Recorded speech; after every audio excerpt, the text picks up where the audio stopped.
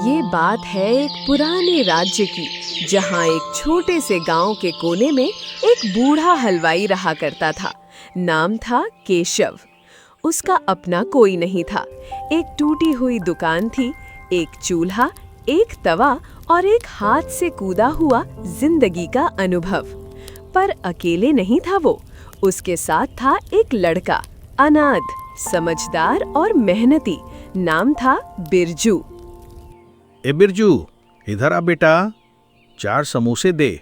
और हाँ, छोटका भूखा है, उसके लिए भी दे दे। काका कब का उबाल चुका हूँ, अभी मसाला पीस रहा हूँ। आज तीखा रखूं क्या? लोग कहते हैं तेरे समोसे में जान है। तीखा मत कर बेटा, स्वाद बना रहना चाहिए। और हाँ, घी ज्यादा मत डालना, वरना नफा नहीं बचेगा। काका, घी थोड़ा ज्यादा ही डालूंगा आज। कल बिन्ना बुआ बोल रही थी समोसे में वो पहले वाली बात नहीं रही। बेटा, लोग बातें बहुत करते हैं, तू अपने मन का कर, पर हिसाब में होशियारी रख। दुकान छोटी है, पर इज्जत बड़ी है हमारी। केशव ने बिरजू को जब गली से उठाया था ना, तब वो सिर्फ 7 साल का था। माँ बाप का कोई नामो निशान नहीं था। मंदिर के पास पड़ा था, भूखा रोता हुआ। केशव ने बिना सोचे उठाया, घर लाया और बेटे की तरह पालने लगा। काका, समोसे भर लिए हैं, अब तलने बैठता हूँ, तुम आराम करो। राम का नाम लेकर काम शुरू कर, और आज हाट में थोड़ा जल्दी निकलना, दोपहर में भीड़ ज्यादा होगी। बिरजू दिन रात एक करके समोसे बनाता, टोकरी में भरता और गलियों में घूम घूम कर बेचता। उसका अंदाज सीधा, बोलचाल मीठा, व्यवहार सच्चा। हर गली में उसकी आवाज गूंजती थी। गर्मा गर्म समोसे ले लो, मसालेदार घी वाले भरोसे के साथ समोसे ले लो। एक दुकानदार पुकारता है। ए बिरजू, इधर आ बेटा, 4 समोसे दे। और हाँ, छोटका भूखा है, उसके लिए भी दे दे। अरे चाचा, छोटका के लिए पैसे मत देना, उसका हिस्सा तो रोज तय है, मैं अभी देता हूँ। बेटा, तू बड़ा आदमी बनेगा। इतने लोगों में एक तू ही है जो बिना मतलब के देता है। चाचा, जब घर में खाना नहीं होता था तब आप ही ने तो आधी रोटी दी थी, अब वक्त है मेरा लौटाने का। बिरजू को सब पसंद करते थे। कोई उधारी मांग ले तो मुस्कुरा कर कहता था, जब होगा दे देना, अभी भूख मिटाओ। शाम को समोसे खत्म हो जाते हैं। बिरजू लौटता है। कितना बिका बेटा? कुल 62 समोसे, 8 उधारी में 5 बांट दिए। पैसे में कुल 55 रुपए बचा। बढ़िया है बेटा। अब ये देखो, तुझ में जो सच्चाई है ना, वही तुझे भीड़ से अलग बनाती है। समोसे सब बेचते हैं, पर तेरी बातों में घी है। काका, मैं बड़ा आदमी नहीं बनना चाहता, बस इतना कि कोई भूखा ना रहे। हमसे जो बनेगा करेंगे। वो बातें छोटी लगती थी, पर असल बड़ी बात छोड़ दी थी। बिरजू की सोच उस उम्र से कहीं आगे थी। दूसरे दिन सुबह। काका, आज मन कर रहा है कि समोसे में थोड़ा पुदीना मिलाऊं। देखना, स्वाद कुछ अलग आएगा। जो तेरा दिल कहे वही कर बेटा, तुझ पर भरोसा है। बिरजू तैयार होता है और फिर से ठेला लेकर निकल पड़ता है। ए बिरजू, आज तो खुशबू कुछ आ रही है रे। बुआ, पुदीना डाला है आज। आपने ही तो कहा था पहले वाला स्वाद नहीं रहा। बिल्कुल वही स्वाद आ गया है बेटा। तू ना एक दिन बहुत बड़ा बनेगा। बड़ा वही होता है बुआ जो दूसरों को छोटा ना समझे। गांव में सब कहते थे, समोसे वाला लड़का कुछ अलग है, गरीब है पर रॉयल चॉइस है इसकी। उन्हीं गलियों में एक दिन 2 अजनबी लोग आए। चुपचाप बिरजू को समोसे बेचते देख रहे थे। बिरजू समोसे बेच रहा था, रोज की तरह। टोकरा सिर पर, कंधे पर गमछा, चेहरे पर हल्की मुस्कान और आवाज में अपनापन।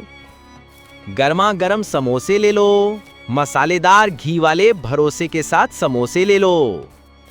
सड़क किनारे 2 आदमी खड़े थे। साधारण कपड़े, नजरों में गंभीरता।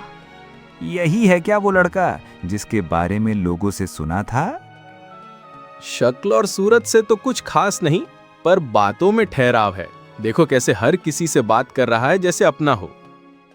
उसी वक्त एक बूढ़ी औरत लड़खड़ाती हुई बिरजू के पास आई। बेटा, 2 समोसे हैं तेरे पास, सुबह से कुछ नहीं खाया है। अम्मा, पैसे हैं क्या या उधारी लिख दूं? ना पैसा है ना घर है, भूख लगी है बस। आपने मांगा ही क्या? लो समोसा लो, और गरम है, धीरे धीरे खाना। बेटा, तू खुद भूखा लग रहा है, तू खा लेना पहले। अम्मा, पेट से बड़ी भूख और कोई नहीं होती। आप खाइए, मैं बाद में खा लूंगा।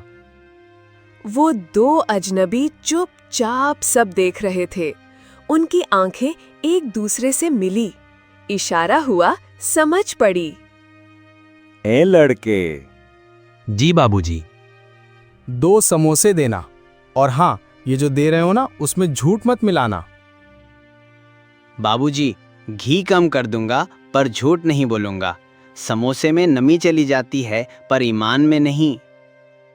तू रोज यही करता है क्या? जी, हर रोज बनाता हूँ, बेचता हूँ। कोई भूखा हो तो मुफ्त में दे देता हूँ। कभी सोचा है कि इससे ऊपर भी कुछ हो सकता है? ऊपर मतलब मुझे रोटी भी मिल रही है और किसी की दुआ भी। इससे ऊपर क्या चाहिए बाबूजी? अगर हम कहें कि तेरी जिंदगी बदल सकती है तो? बदल सकती है बाबूजी। मेरी जिंदगी तो केशव काका ने बचाई थी। अब जो चल रही है वही बहुत है। पर अगर बदलाव किसी और का पेट भरने से हो तो सोचूंगा। अजनबियों ने पैसे दिए, समोसे लिए और बिना कुछ कहे आगे बढ़ गए। लेकिन उसके मन में हलचल थी। शाम को बिरजू घर पर कैसा रहा बेटा आज? काका, सब ठीक था। समोसे जल्दी बिक गए, पर 2 अजीब आदमी मिले, बातें भी अजीब की। कैसी बात? जिंदगी बदल सकती है, मैं समझा नहीं कि क्यों बोले। बेटा, जब लोग बिना मतलब की बात करें तो समझ लेना, या तो कुछ छुपा रहे हैं या कुछ बड़ा सोच रहे हैं। पर मैं क्या सोचूं काका? मैं तो बस समोसे बेचता हूं और आपसे बातें करके दिन पूरा हो जाता है। यही तो बात है बिरजू। जो छोटे काम को इज्जत से करता है वही बड़ा काम संभाल सकता है। वहीं दूसरी तरफ राजमहल में महाराज, हम वापस आ गए और जिस लड़के की बात आपने सुनी थी वो मिल चुका है। क्या देखा आपने? वो समोसे बेचता है पर दिल बांटता है, भूख देखता है, सवाल नहीं करता, मदद करता है, बदले में कुछ नहीं मांगता। क्या वो हमें पहचान गया? नहीं महाराज, हमने भी अपना नाम नहीं बताया, लेकिन उसकी हर बात में सच्चाई दिखी। एक बार महल बुलाया जाए। नहीं, अभी नहीं। पहले मैं खुद देखना चाहता हूं वो कैसा है, जब उसे कुछ पता नहीं होता। राजा ने तय कर लिया था, अब वो खुद जाएगा। बिना रथ, बिना राजसी कपड़ों के एक आम इंसान बनकर। अगली सुबह बिरजू रोज की तरह उठा, समोसे बनाने की तैयारी की। उधर राजमहल में राजा बलबीर सिंह भी अब आम पेश में निकलने को तैयार थे। मंत्री जी, आज कोई सवारी नहीं, कोई रक्षक नहीं, बस एक आम आदमी की तरह जाना है। महाराज, कोई पहचान गया तो? राजा को जब जनता परखती है तब असली पहचान होती है। आज मैं उसे देखने नहीं, महसूस करने जा रहा हूं। राजा ने पुराना कुर्ता पहना, सिर पर हल्की पगड़ी बांधी और पैदल ही बिरजू के गांव की ओर चल पड़े। गर्मा गर्म समोसे ले लो, मसालेदार घी वाले भरोसे के साथ समोसे ले लो। राजा धीरे धीरे भीड़ में जाकर खड़े हो गए। भैया, एक समोसा देना। लो बाबूजी, अभी ताजे तले हैं, थोड़ा गरम है, धीरे से खाना। तुम ही बिरजू हो? हाँ जी, आप नए लगते हो गांव में। घूमने आया हूँ। तेरे बारे में सुन रखा था, अब देख भी लिया। मेरे बारे में? मैं कौन सा बड़ा आदमी हूँ बाबूजी, बस समोसे बेचता हूँ। बड़ा वही होता है जो छोटों को भी बराबरी से देखे। बड़ी बात तो कह दी आपने। नाम क्या है आपका? नाम बाद में बताऊंगा, पहले ये बता, दिन भर में कितना कमा लेता है तू?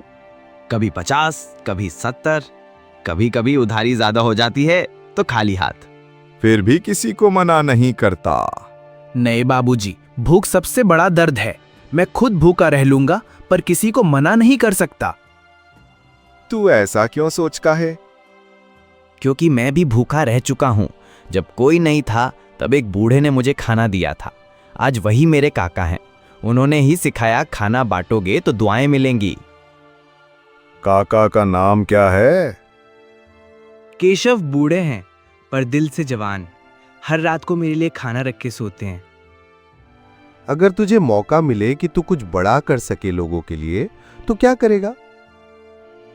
बड़ा मतलब क्या बाबूजी? कुर्सी, रुतबा नहीं चाहिए, पर अगर मुझे इतने पैसे मिल जाएं कि हर रोज 100 लोगों को खिला सकूं, तो वो बड़ा काम होगा मेरे लिए। अगर तुझे कहा जाए कि तू राजा बन सकता है तो? बाबूजी, आप मजाक कर रहे हो क्या? राजा लोग तो हाथ भी खुद नहीं धोते। मैं तो अभी चूल्हे से आ रहा हूं। पर तेरे जैसे लोगों को ही राजा बनना चाहिए, जिसके मन में जिम्मेदारी हो, दिखावा नहीं। राजा बनने के लिए खून चाहिए बाबूजी, रॉयल खून। मेरे जैसे सड़क के लड़के क्या करेंगे राजगद्दी पर बैठकर? राजगद्दी खून से नहीं, सोच से चलती है बेटा। राजा की आंखों में चमक थी। बिरजू की बातों में सीधापन और आत्मसम्मान था। एक साधारण लड़के से वो ऐसी बातें सुनकर चौंक तो गए थे। तभी राम सागर पास में आता है। ए वीर, 2 समोसे देना और इस बाबूजी के लिए भी दे देना। गांव में नए हैं, तेरा स्वाद चखना चाहिए। पहले ही खा चुके हैं चाचा और तारीफ भी कर चुके हैं। फिर तो पक्का राजा बन जाएगा तू। बस पेट भर जाए वही बहुत है चाचा। राजा मुस्कुराते हुए बोला, ठीक है बिरजू, अब मुझे चलना है, पर एक बात कहूं। हाँ बाबूजी, बोलिए। बहुत जल्दी ही कोई बुलावा आएगा महल से, तब याद रखना वो मजाक नहीं होगा। महल से मेरे लिए? बाबूजी, आप कौन हो? जिस दिन मिलेगा बुलावा, उस दिन मेरा नाम भी पता चल जाएगा। राजा वहां से निकल गए। बिरजू कुछ देर वहीं खड़ा रहा। उसके दिमाग में वो शब्द घूमते रहे, राजगद्दी खून से नहीं, सोच से चलती है बेटा। बिरजू की सुबह अब भी वैसी ही थी। चूल्हा जलाना, आलू उबालना, मसाला पीसना और समोसे भरना। लेकिन पिछले दिन की उस अजनबी की बात अब भी उसके मन में घूम रही थी। बहुत जल्दी कोई बुलावा आएगा महल से। उसी वक्त दरवाजे पर दस्तक हुई। काका, कोई है बाहर? मैं देखता हूँ। दरवाजा खोलते ही सामने खड़ा था एक शाही दूत। नीला कुर्ता, सिर पर चिन्ह लगा साफा। क्या यही बिरजू का घर है? जी मैं बिरजू हूँ, बोलिए। राजमहल की ओर से आपको आमंत्रण आया है। कल सुबह 7 बजे आपको महल पहुंचना है। महाराज स्वयं मिलना चाहते हैं। महाराज, लेकिन क्यों? हुक्म है, कारण पूछना मना है, बस समय से पहुंचना अनिवार्य है। दूत मुड़कर चला जाता है। काका, ये मजाक है क्या? महल बुला रहा है मुझे। बेटा, शायद अब तेरी मेहनत बोलने लगी है, और ये वही बात है ना जो उस बूढ़े ने परसों बोली थी। हाँ काका, वही जिसने कहा था बहुत ही जल्द बुलावा आएगा। तो तैयार हो जा बेटा, ये आम बात नहीं। अगली सुबह ये कुर्ता पहन ले, साफ है, जूते भी धो दिए हैं। सर ऊंचा रख और जैसा सोचा है वैसा ही बोल। काका, मैं डर रहा हूं, अगर उन्होंने गलतफहमी से बुलाया हो। तो सच बता देना बेटा, डर उसी को लगता है जो झूठ बोलता है, तो बस सच्चा रहना। बिरजू पैदल ही महल की तरफ निकल पड़ता है। रास्ते में हर कदम उसके दिल की धड़कन तेज हो रही थी। महल के मुख्य द्वार पर पहुंचकर नाम? बिरजू, बुलावा आया है मेरा। भीतर आइए, महाराज दरबार में आपका इंतजार कर रहे हैं। बिरजू दरबार में पहुंचता है। महाराज पहले से ही वहां पर मौजूद थे। तुम ही बिरजू हो? जी महाराज, पर क्या गलती हो गई मुझसे? गलती नहीं बेटा, अच्छाई ने तुम्हें यहां तक पहुंचा दिया। मैं समझा नहीं, मैं तो बस समोसे बेचता हूँ, किसी को भूखा देख नहीं पाता, बस इतना ही। यही सबसे बड़ी बात है। आजकल लोग कुर्सी के लिए झूठ बोलते हैं और तू बिना कुर्सी के सच्चाई में जीता है। महाराज, आपके जैसे बड़े लोगों से मिलना ही मेरे लिए बहुत है। आप मेरा नाम कैसे जानते हैं? मैंने खुद तेरे समोसे खा के देखा, तुझे देखा, तेरा व्यवहार देखा, तेरा दिल देखा। आप वही हैं वो बाबूजी जो बोले थे कि बुलावा आएगा? हाँ बेटा, वही हूं मैं। बिरजू कुछ पल के लिए चुप रहता है। महाराज, मैंने कभी नहीं सोचा था कि कोई राजा मुझसे इस तरह मिलेगा। मैं राजा हूं बेटा, पर इंसान भी हूं, और इंसान की पहचान आंखों से नहीं, दिल से होती है। मैं यहाँ क्या करने आया हूँ महाराज? कुछ दिन हमारे साथ रहो, बात करो, देखो, समझो, ये महल, ये दरबार सब महसूस करो, उसके बाद कुछ तय करेंगे। मुझे कोई बड़ी कुर्सी नहीं चाहिए महाराज, मैं तो आज भी समोसे बना सकता हूँ। इसीलिए ही तुझे बुलाया है। तुझ में वो है जो बड़े बड़े राजघरानों में भी नहीं होता। बिरजू की आंखें भीग गईं, पर उसने आंसू पोंछ लिए। उसके मन में सवाल था, लेकिन अब डर नहीं था। महाराज, एक बात पूछूं? पूछो। अगर मैं इस सब के लिए लायक ना निकलूं तो क्या होगा? तो हम तुझे सलाम करेंगे, क्योंकि तूने खुद को नहीं बदला। वहीं बैठा बिरजू अब किसी राजा से कम नहीं लग रहा था। ना उसके कपड़े बदले थे, ना उसकी चाल, पर उसके भीतर एक बदलाव शुरू हो चुका था। अब बिरजू महल में रह रहा था। कोई महंगे वस्त्र नहीं, ना ही किसी खास कमरे की मांग। वहीं एक कोने में चारपाई पर सोता, सादा खाना खाता और सबके साथ आम व्यवहार करता। बिरजू भैया, महाराज ने आज आपको मंत्रियों की सभा में बुलाया है। सभा में हम जैसे अनपढ़ को वहां क्यों? महाराज ने खास तौर पर नाम लिया है, समय पर पहुंचना जरूरी है। सभा में बिरजू, आज इस दरबार में एक मुद्दे पर चर्चा होगी। हम चाहते हैं कि तुम भी सुनो और अपने मन की बात कहो। महाराज, मैं तो बस समोसे वाला हूँ, दरबार की बात क्या समझूंगा? दरबार की बात जरूरी बात होती है, जनता का भला, और तुम जनता की आवाज हो। महाराज, गांव के कुएं सूख रहे हैं, नया तालाब बनवाने का प्रस्ताव है, लेकिन इसके लिए कुछ किसान की जमीन अधिग्रहित करनी पड़ेगी। लेकिन बिना मुआवजा दिए अगर जमीन ली गई तो लोग भड़क सकते हैं। बिरजू, तुम क्या सोचते हो? महाराज, किसान अगर जमीन देगा तो उसकी रोजी रोटी कौन देगा, और अगर तालाब नहीं बनेगा तो पानी कहां से आएगा? दोनों ही जरूरी हैं। तो क्या हल हो सकता है? मुआवजा ऐसा दो कि किसान का मन भी भर जाए और काम भी हो जाए, और गांव के लड़कों से तालाब खुदवाओ, मजदूरी उन्हीं को मिलेगी। काम भी होगा और पेट भी भर जाएगा। सभा में एक पल के लिए खामोशी छा गई। फिर महाराज ने मुस्कुराया और कहा, तू तो बड़ी सोच रखता है बेटा।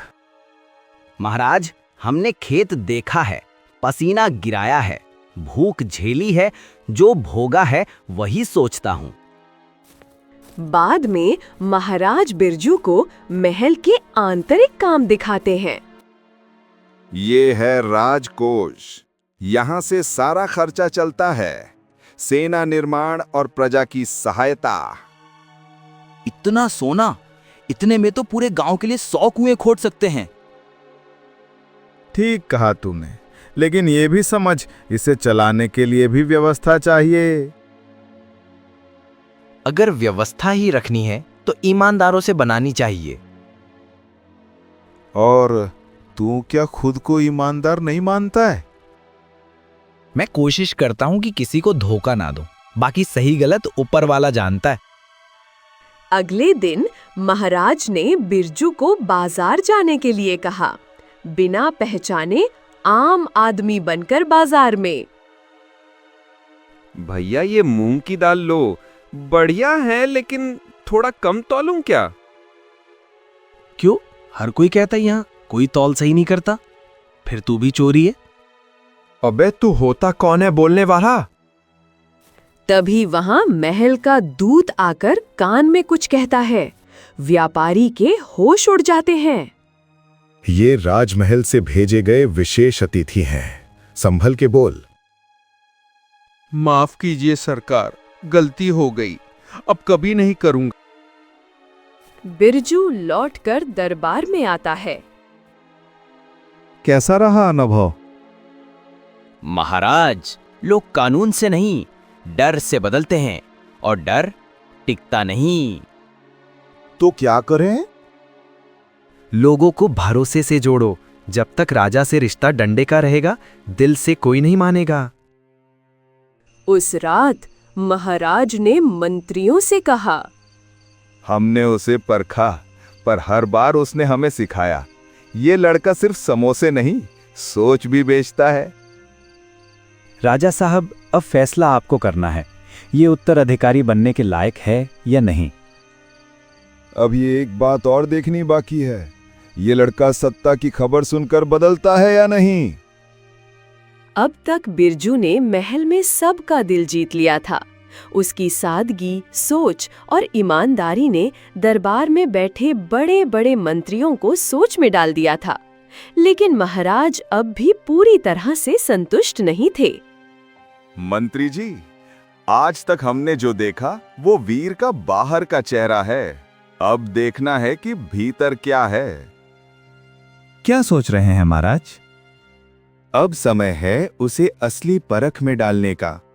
ऐसी स्थिति लानी होगी जहां उसका मन डोले, लेकिन वो सही रास्ता चुने। अगली सुबह बिरजू भैया, महाराज आपको गोपनीय कक्ष में बुला रहे हैं, अकेले ही आना है। बिरजू भीतर जाता है।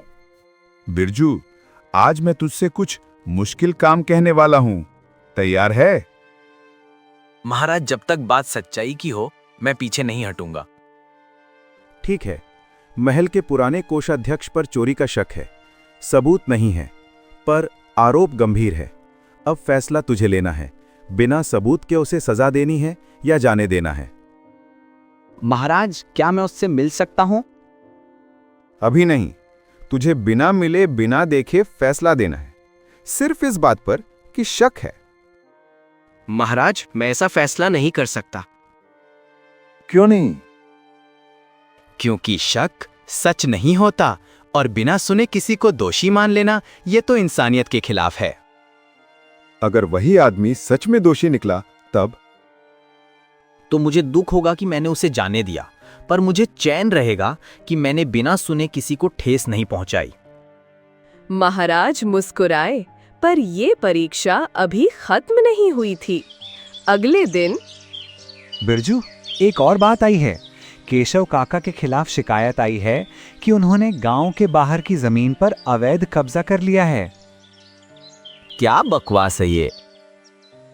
हम नहीं जानते सच क्या है, लेकिन ये नियम है, जिन्होंने कानून तोड़ा उसे सजा मिलनी चाहिए, चाहे वो कोई भी हो। मैं जानता हूं काका को, उन्होंने मेरी परवरिश की है, पर अगर वो सच में दोषी हैं तो मैं उन्हें खुद लेकर आऊंगा। तो क्या तुम उन पर विश्वास नहीं कर रहे? मैं काका पर भरोसा करता हूं, लेकिन न्याय पर आंख मूंद कर भरोसा नहीं चलता। पहले सच जानूंगा, फिर फैसला करूंगा। उसी शाम बेटा, तुम मुझसे पूछे बिना मेरा नाम दरबार में ले आया। काका, मैं आपको बचा सकता था, लेकिन अगर मैं किसी के लिए नियम तोड़ता तो फिर मैं राजा बनने लायक नहीं रहता। बेटा, तुझ में रत्ती भर भी लोभ नहीं है। अगर तू खुद मुझ पर सख्त हो सकता है तो तू सब पर न्याय कर सकता है। अब महाराज का आखिरी और सबसे कठिन इम्तिहान बचा था। अगले दिन बिरजू, सोचो कि अब मैं थक चुका हूं और आज ही इस राजगद्दी को किसी को सौंपना है। तो आपको ही चुनना होगा महाराज। नहीं, मैं नहीं, तुझे चुनना है, खुद को या किसी और को। तेरे नाम की चर्चा है, पर तू ही फैसला कर। महाराज, मैं खुद को नहीं चुन सकता। क्यों? क्योंकि मैं उस कुर्सी का सपना लेकर नहीं आया था। मैं समोसे वाला था और आज भी मैं दिल से वही हूं। अगर लोग मुझे राजा देखना चाहते हैं तो ठीक है, लेकिन मैं खुद को राजा घोषित नहीं कर सकता। मेरा काम जनता की सेवा है, ना कि गद्दी की लालसा। दरबार में सन्नाटा था। महाराज उठे, बिरजू के पास आए और उसके सर पर हाथ रखा। आज से तू मेरा बेटा है और इस राज्य का उत्तराधिकारी भी, क्योंकि जो खुद को राजा कहने से डरे वही असल में राजा बनने लायक होता है। बिरजू को उत्तराधिकारी घोषित करने के बाद पूरे दरबार में सन्नाटा पसरा हुआ था। कुछ चेहरे शांत थे, कुछ में असहमति और कुछ अभी विस्मय में डूबे थे। राजा आसन पर बैठ गए, लेकिन बिरजू अब भी वैसे ही सिर झुकाए खड़ा था। महाराज, निर्णय आपका है और हम उसका सम्मान करते हैं, परंतु क्या ये उचित नहीं होगा कि जनता की राय भी ली जाए? आखिर वही इस राज्य की आत्मा है। राजा बनना आसान नहीं होता, सम्मान करना पड़ता है, परंपरा निभानी पड़ती है। ये लड़का उस लायक नहीं लगता। मैंने कभी खुद को लायक नहीं माना, लेकिन जो कुछ भी मुझे मिला है वो आपके सामने है। मैं लड़ नहीं सकता, लेकिन न्याय कर सकता हूं। मैं राजसी भाषा नहीं जानता, लेकिन सच बोलना जानता हूं। तुम्हें लगता है कि ये सब तुम्हारे लिए बहुत बड़ा है? जो मेरे पास था वो भी बहुत छोटा नहीं था। जब मैं भूखों को खाना खिलाता था तब भी ये काम छोटा नहीं लगा। अब अगर गद्दी मिली है तो उससे किसी का पेट भर सके तो वही मेरी जीत होगी। जो लड़का अपने बाप समान आदमी पर भी शक कर सके, न्याय के लिए वो किसी से भेद नहीं करेगा। ऐसे ही तो राजा बनते हैं। राजा तलवार से नहीं, नियत से बनते हैं। यही मैंने इस लड़के में देखा है। आज ये जो गद्दी पा रहा है वो ताज नहीं, एक जिम्मेदारी है, और ये लड़का इसे समझता है। कुछ ही क्षणों में राजगद्दी बिरजू को सौंपे जाने की घोषणा दरबार से बाहर भेजी गई। महल के बाहर भीड़ जमा होने लगी और उनके चेहरे पर भी वही सवाल थे। क्या सच में समोसे बेचने वाला लड़का अब राजा बने? अगर इस राज्य में मेरे जैसे लोगों को भी गद्दी पर बैठने का हक मिल रहा है, तो इसका मतलब है कि अब इस गद्दी का मोल और बढ़ गया है। मैं राजा नहीं बनना चाहता, लेकिन अगर मेरी सेवा से किसी की जिंदगी आसान होती है तो मैं ये बोझ उठाऊंगा। अब ये मेरा नहीं, इस राज्य का बेटा है। यही इसका नया राजा होगा। बाहर भीड़ में धीरे धीरे तालियां गूंजने लगी। पहले लोग चुप थे, फिर धीरे धीरे आंखों में चमक और दिलों में विश्वास उतरने लगा। बिरजू अब राजा था, पर उसके माथे पर ताज नहीं, दिल में एक जिम्मेदारी थी। बिरजू को राजा बने कुछ ही दिन हुए थे। महल की हर दीवार उसे नया लग रहा था, पर उसका दिल अब भी वैसा ही था, साफ, सीधा और सेवा में जुड़ा हुआ। एक सुबह दरबार में अफरा तफरी मच गई। मंत्री दौड़ते हुए भीतर आया। महाराज, बगल के गांव पथरोल से खबर आई है, वहां के किसान और महाजन के बीच झगड़ा हो गया है। कुछ लोग घायल हैं और जमीन को लेकर बहुत तनाव है। कितने लोग जख्मी हुए हैं? 6 आदमी, और गांव 2 भागों में बढ़ गया है। कोई कहता है जमीन उनकी है, कोई कहता है दस्तावेज जाली है। जमीन इंसान से बड़ी नहीं होती, मैं खुद वहां जाऊंगा। राजा खुद चलकर समाधान करे, इससे बड़ी बात कुछ नहीं होती। जा बेटा, पर ध्यान से। हाँ। बिरजू बिना किसी शाहिरत के साधारण वेश में उस गांव पहुंचा। वहां लोगों की भीड़ जुटी थी। दोनों पक्ष तकवीर में थे। बिरजू के आते ही शांति सी छा गई। दोनों पक्षों को बुलाओ, अब बात खुले दरबार में होगी। महाराज, मेरे दादा परदादा ने इस जमीन पर खून पसीना बहाया है।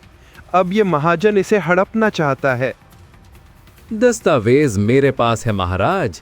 मैंने कर्ज दिया था और वादा किया था कि वक्त पर नहीं चुकाया तो जमीन मेरी होगी। कर्ज चुका दिया था? हाँ महाराज, लेकिन उस दिन का गवाह अब जिंदा नहीं रहा। दस्तावेज दिखाओ। इस पर मोहर तो है, पर तारीख के नीचे 2 हस्ताक्षर हैं। और यहाँ की तहसील के मुताबिक ये जमीन विवादित थी, तो खरीदी बिक्री का कोई हक नहीं बनता। तो क्या अब मैं धोखेबाज ठहराऊं? अगर जमीन तुम्हारी होती तो तेरी आंखों में डर नहीं होता, और अगर इनका झूठ होता तो इनकी आवाज में विश्वास ना होता। फैसला यही रहेगा, जमीन किसान की, और उस पर ना कोई कर्ज ना कोई दस्तावेज लागू होगा। सही कहा राजा ने, यही असली न्याय है। बिरजू ने लोगों का दिल जीत लिया था, लेकिन उसे अब भी ताज की परवाह नहीं थी। लौटते समय वो वहीं की मिट्टी उठाकर अपने माथे पर लगा रहा था और उसने कहा, राजा वही होता है जो झुककर उठाए, ना कि कुर्सी पर बैठकर हुक्म चलाए। आज मैं चैन से मर सकता हूँ। मेरा राज्य अब अच्छे हाथों में है। उस दिन पूरे राज्य में एक ही बात थी। समोसे बेचने वाला अब सिर्फ राजा नहीं, लोगों का राजा बेटा बन चुका था।